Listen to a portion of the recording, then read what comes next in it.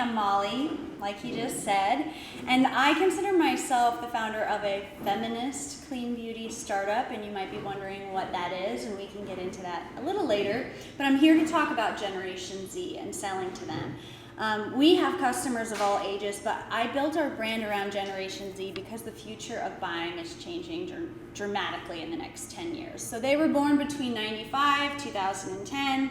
We're going to learn about how to sell to them, how they consume differently, how politics and diversity kind of are going to play into this. And it's important because they make up 40% of consumers, believe it or not.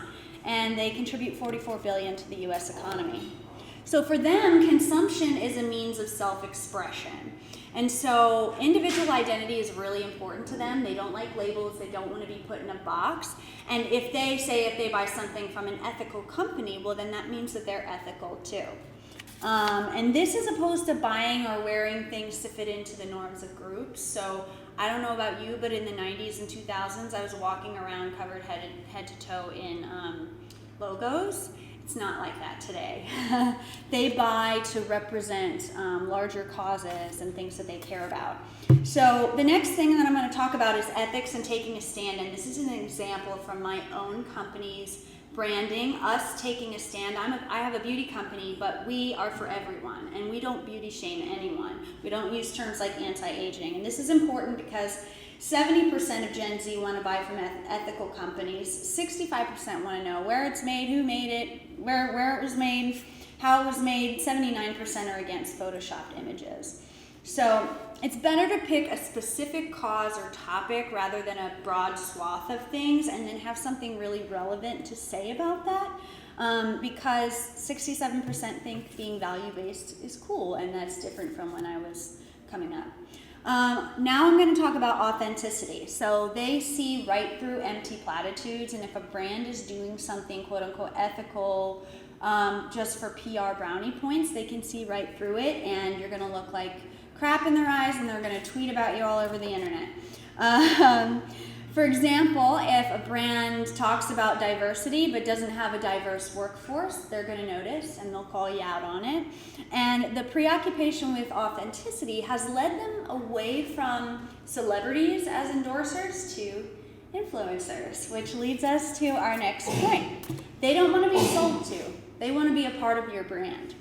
They don't want to just join your journey, but they want to bring you along on theirs. And this is perfect for user-generated content. I mean, 20 years ago, you couldn't access a brand. Now, someone can take a beautiful photo of my products and I can, regram it, and then it helps both of us. And so that's going to be a big part of, the next few years. They're YouTube stars, documentarians, their own personal creative and media teams. So taking advantage of that is helpful for both them and the brand. And they're more likely to engage with you if you're human.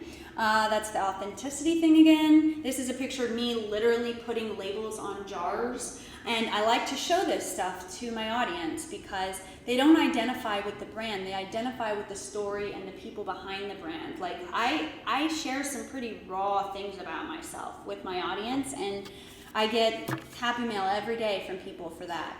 And then you'll have to be honest when you screw up. Honesty is so important to this generation that McKinsey & Company has called them the true generation.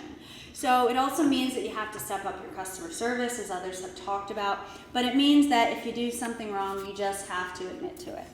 And then this brings us to a fun point about politics, yay, and diversity and how that's going to merge with business over the next several years, because this is the most diverse generation that the entire world has ever seen, not surprisingly. So inclusion is very important, and this includes the body positivity movement, which has gained so much steam on Instagram over the last few years, and anti-beauty shaming. It also includes embracing non-binary and trans folks, because a third of Gen Zers know somebody that uses gender-neutral pronouns, and I'm surprised that it's not higher than that, actually. And then the biggie, on the whole, they are the most liberal generation we've ever seen. The ones on the right are really far to the right, but generally they're liberal, and their number one issue is climate change. They are passionate about climate change. Sustainability is top of mind. They're going to ask questions about that, and so there needs to be some sort of a plan for that. And so these are the main points that I just talked about.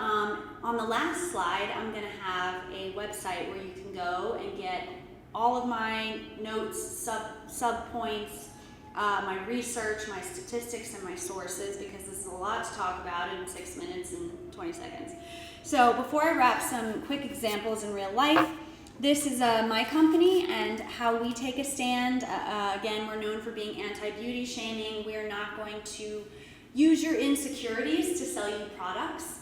We're not selling you things to fix you because you don't need to be fixed. We have very diverse models in our marketing, and it's worked really well for us. The next example is Fenty Beauty, and that's owned by Rihanna for people who don't know.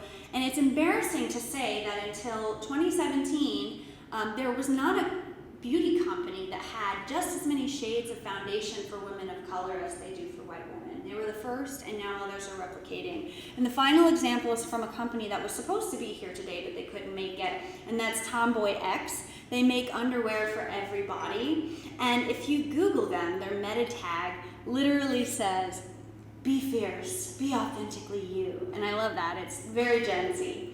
And not surprisingly, they're blowing up. So that's what I've got. Please visit FromMollyWithLove.com/springboard, and you'll get all of the sources.